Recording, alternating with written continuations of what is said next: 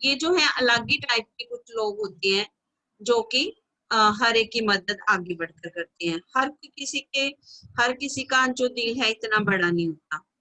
हर किसी की जो हर किसी के मन में जो है दया की भावना इतनी नहीं होती जितनी कि फादर बुल्के के मन में थी।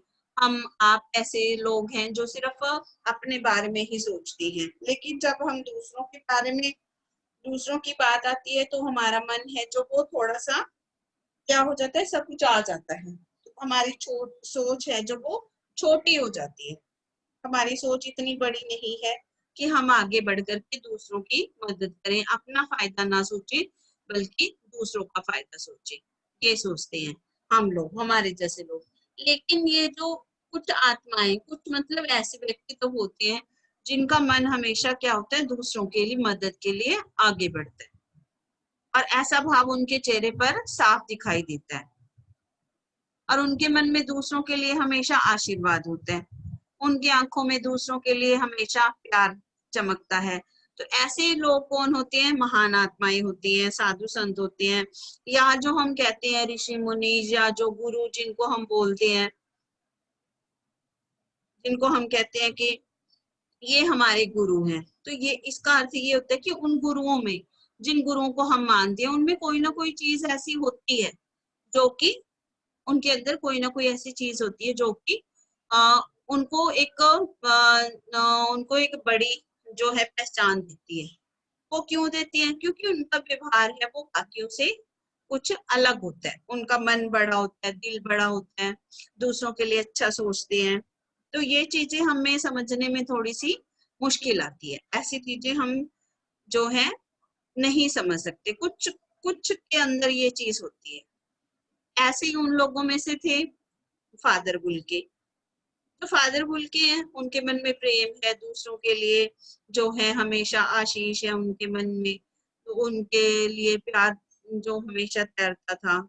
जिससे भी मिलते थे उनका सुख दुख बांटते थे, हमेशा उनका साथ देते थे, और उनके कष्ट दूर करने के लिए ज्यादा से ज्यादा कोशिश करते थे। ठीक है, तो इसमें से ये आपने वर्ड्स कर लेने हैं।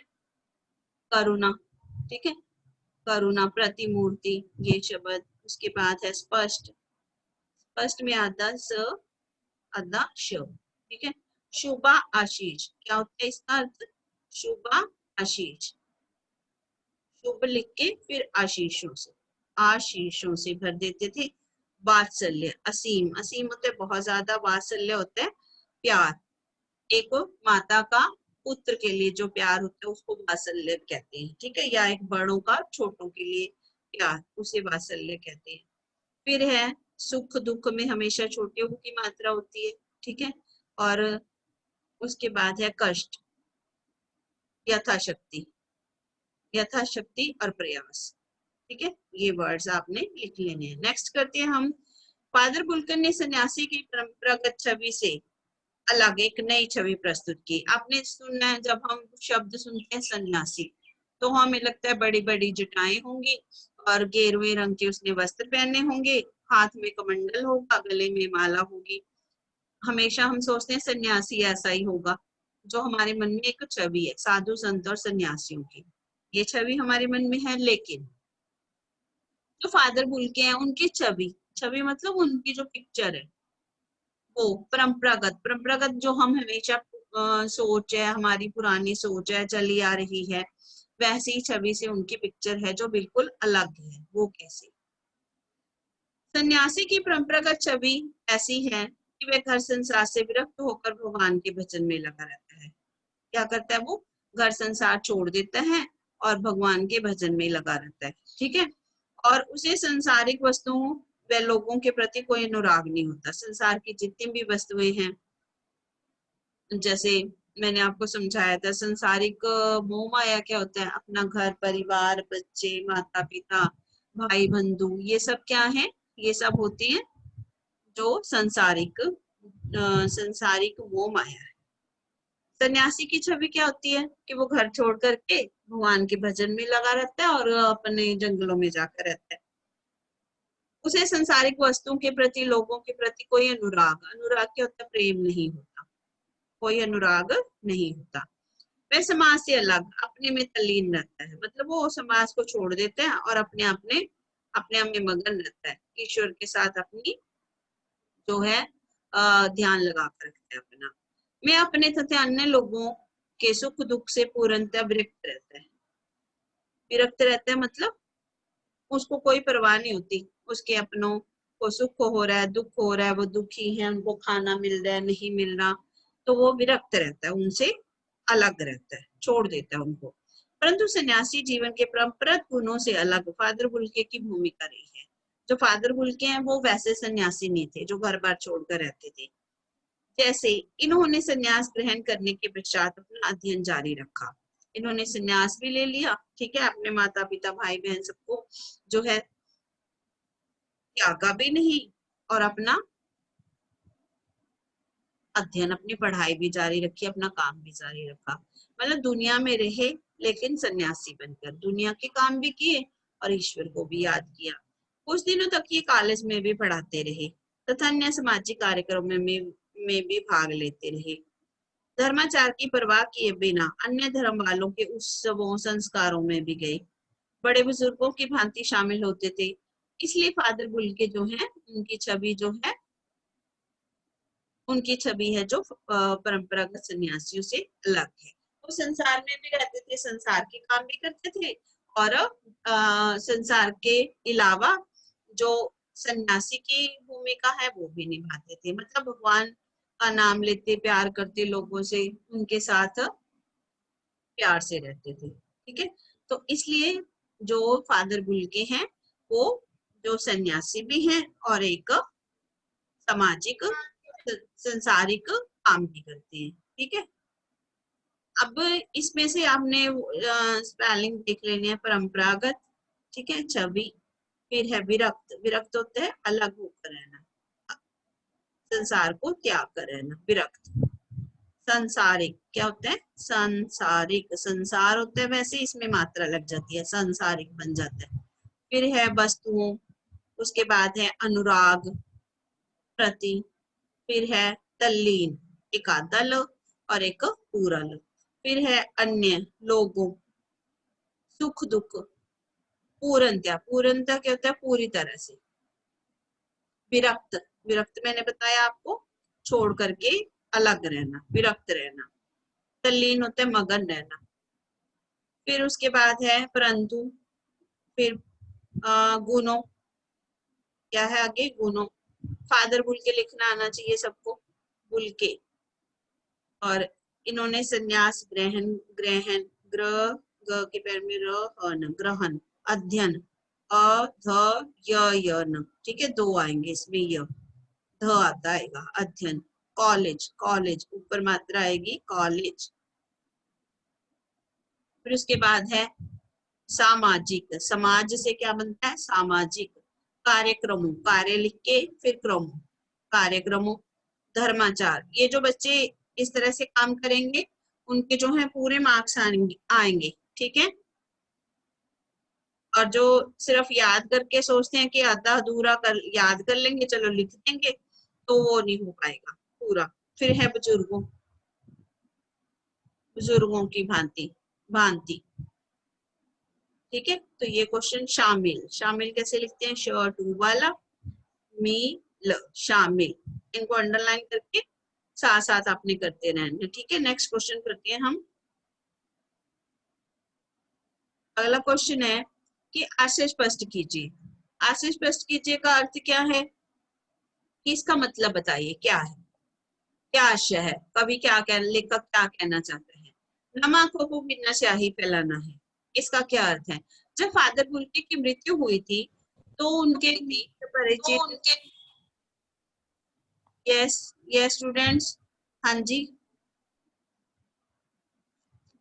फादर कामिल बुल्के की मृत्यु पर उनके मित्र, परिचित, साहित्यिक मित्र, साहित्य मतलब जो उसके साहित्य लिखने वाले मित्र थे, जो और बुक्स वगैरह लिखते थे, उन्हें कहते हैं साहित्यिक मित्र, इतनी अधिक संख्या में थे कि उनको गिनना कठिन था। बहुत सारे लोग थे जो उनकी मृत्यु पर शोक जताने के लिए आए थे।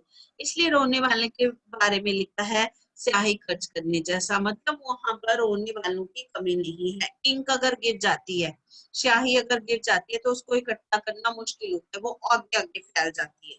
ठीक है, तो इसलिए कहा है कि नम आंखों को गिनना स्याही फैलाना है। फादर बुल्के जो कि एक विदेशी थे, उनकी मृत्यु पर भारत में रोने वालों की कोई कमी नहीं थी। उनकी मृत्यु पर उनके मित्र, परिचित, साहित्यिक जगत के लोग, बहुत सारे लोग थे जो उनको उनकी मृत्यु पर शोक जताने आए थे। उस समय में जो रोने वाले थे उनकी कोई कमी नहीं थी, उन पर रोना ऐसा था जैसे स्याही फैलाना। ओके, फिर है दूसरा, फादर को याद करना एक शांत संगीत को सुनने जैसा है। फादर को याद करना क्या है? एक शांत संगीत को सुनना। इसका क्या मतलब है? फादर को याद करना, फादर को याद करना एक शांत संगीत को सुनने जैसा है। इसका मतलब क्या है? इसका अर्थ है,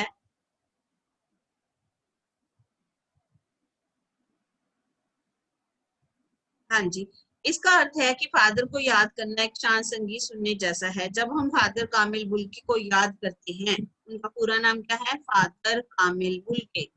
जब हम फादर कामिल बुल्के को याद करते हैं तो उनका करुणापूर्ण और शांत व्यक्तित्व सामने आ जाता है। कैसा व्यक्तित्व था उनका? करुणापूर्ण था और शांत।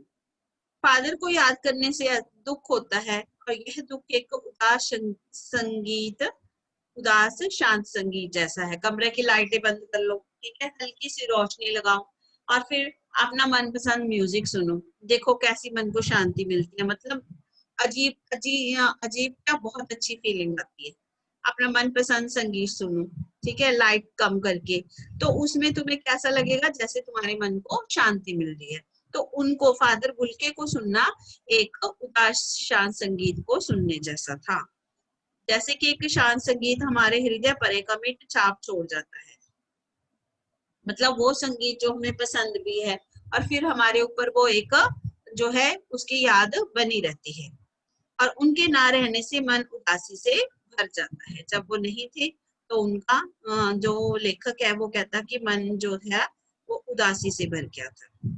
फादर को याद करना एक उदास उदास शांत संगीत को सुनने जैसा है। ठीक है, फादर को याद करना कैसा है? जैसे कि हम एक उदास शांत संगीत को याद करते हैं वैसे। दोबारा देखते हैं, फादर कामिल को याद करते हैं जब, तो उनका करुणापूर्ण चेहरा और शांत व्यक्तित्व सामने आ जाता है। फादर को याद करने से दुख होता है, और यह दुख एक शांत संगीत को सुनने के जैसा है, जो कि हृदय पर, जो कि दिल पर एक अमिट छाप छोड़ जाता है। ना मिटने वाली छाप है जो याद छोड़ जाता है।